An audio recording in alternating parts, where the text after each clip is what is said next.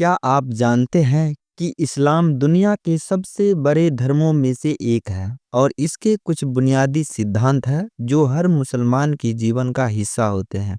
आज हम आपको बताएंगे इस्लाम के मूल सिद्धांत और 5 स्तंभों के बारे में, वो बातें जो हर मुसलमानों के लिए बेहद ज़रूरी मानी जाती हैं। तो हमारे साथ बने रहिए क्योंकि इस वीडियो के आखिर तक आपको इस्लाम की बुनियादी समझ मिल जाएगी। इस्लाम एक ऐसा संप्रदाय है जो एक ईश्वर यानी अल्लाह में विश्वास करता है। मुसलमानों का मानना है कि दुनिया को बनाने वाला और चलाने वाला केवल एक ही खुदा है। साथ ही इस्लाम के सबसे बड़े पैगंबर हजरत मोहम्मद, जिसे मुसलमान लोग सल्लल्लाहु अलैहि वसल्लम कहते हैं, को अल्लाह का अंतिम संदेशवाहक माना जाता है। इस्लाम के 5 स्तंभ।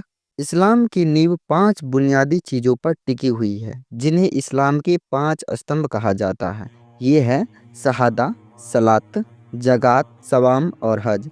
चलिए एक एक करके इनके बारे में आसान से शब्दों में समझते हैं। शहादा का अर्थ होता है विश्वास की गवाही। शहादा यानी इस्लाम की पहली और सबसे ज़रूरी चीज़ ला इलाहा इल्लल्लाह मुहम्मदुर रसूलुल्लाह। इसका मतलब है कि अल्लाह के अलावा कोई इबादत के लायक नहीं और मोहम्मद उनके दूत हैं। यही वो वाक्य है जो इस्लाम में दाखिल होने की पहली शर्त भी है। सलात का मतलब होता है नमाज। नमाज इस्लाम में बहुत अहमियत रखती है। हर मुसलमान को दिन में 5 बार नमाज अदा करनी होती है। फज्र सुबह के वक्त, जुहर दोपहर के वक्त, अस्र शाम के वक्त, मगरिब सूर्यास्त के बाद और ईशा रात के समय।